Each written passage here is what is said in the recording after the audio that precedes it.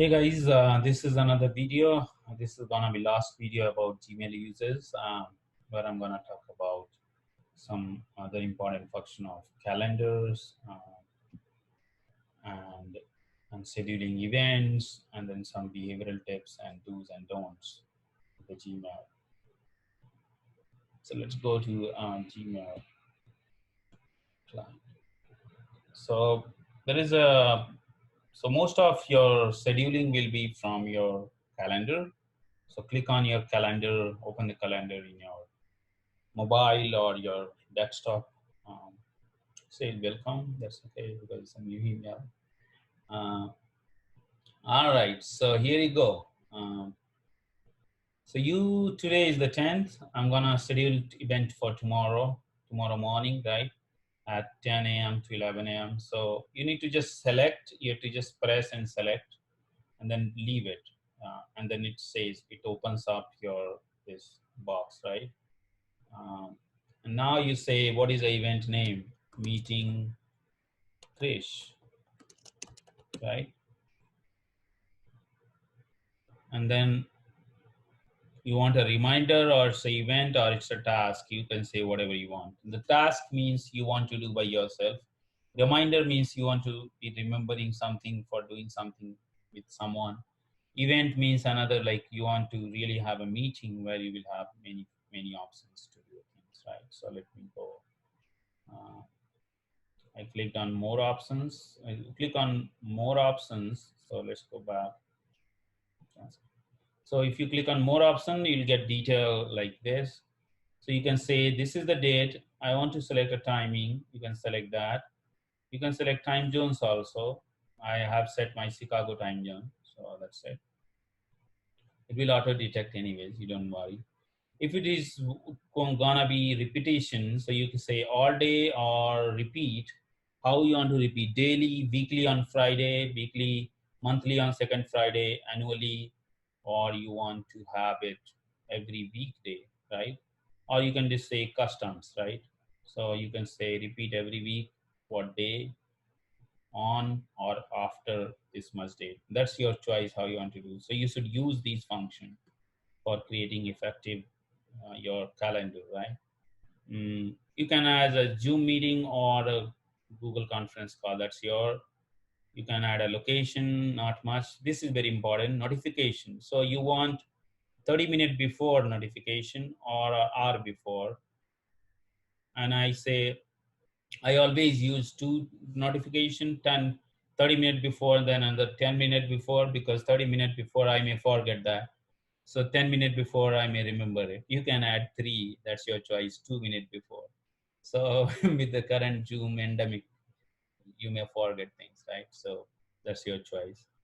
And then with whom you want to have a meeting, right? This is your email, but you want to add guests. So you can add multiple people in that. Like for example, I add this my own email ID, then invite guest and see guest list. That's your own choice. And then you want to add a message, right? So you want to add some message that, okay, hey, this is the meeting. We are gonna schedule it. This is the link, all that link and the Zoom link details and everything. You can put it here also. But if you want to directly make a Zoom meeting or Google Meet, you can do that also. That's your choice, and then click on save. And then it will ask send the invite to everyone which you added as a guest here. So you should say yes because you want to inform them, and then there is a block now visible, right, that there is a meeting. So this is how you do it. If there are multiple meeting on the same time, you will see overlapping like blocks coming in, so don't worry about it. And you can also set, it's asking something anyways. Okay. So you can set birthdays. You can actually color different scheduling by your different type of task, reminder, birthdays, holidays in India, in US, whatever country you are. It will tell you. It will remind you in advance, right? And then there are settings, density, color, pins, and many other things, right? So I think that's enough for the calendar. let's move on to the next topic about behavioral tips and timing and then how to manage. So about the email, like I would say never use your email when you're angry or something, or never send an email. Of course, you can. What you can do is you can draft your real email and leave it. Don't send it. It allows you to kind of release all the stress in your email and put it there. And next morning you may edit it. So if it is important email, what I do, I write it, leave it. Next morning I'll again edit it and send it. This is another thing. Timings. There are different strategic ways to sending email, which I'll be covering over the effective email writing session. We will be talking about those. So stay tuned for that.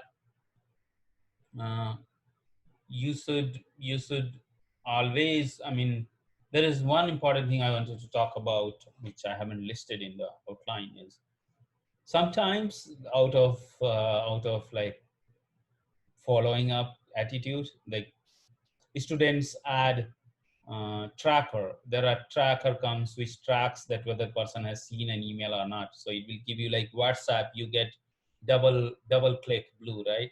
Similarly in email you can do that person had read or not, but never do that, because if you do that the next person also comes to that, then that you have done it.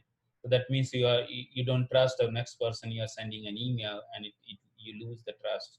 So never do that. The reason I wanted to say that, sometimes people do it and they believe that the next person whom they are sending an email doesn't know about it, but actually he or she knows about that you're tracking it.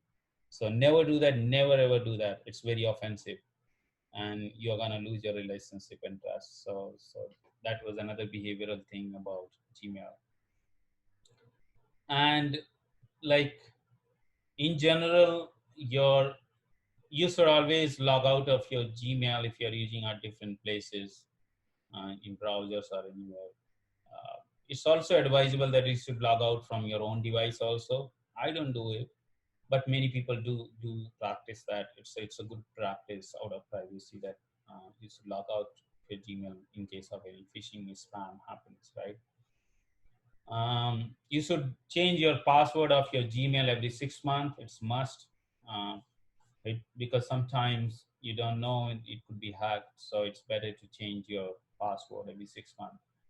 Whenever you get a phishing notification that somebody is trying to log in from other location, you must change your password, because it's very relevant.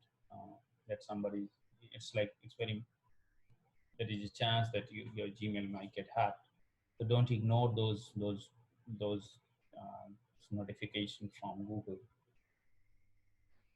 That's it, I think, for today, and I'll see you in our um, first session of effective email writing, where we'll be covering about all about emails and how do you do it. So thank you so much for watching all the videos, and I hope you got benefited with this about using your Gmail effectively. Still, if you have a question, you can comment on these videos. And thank you so much.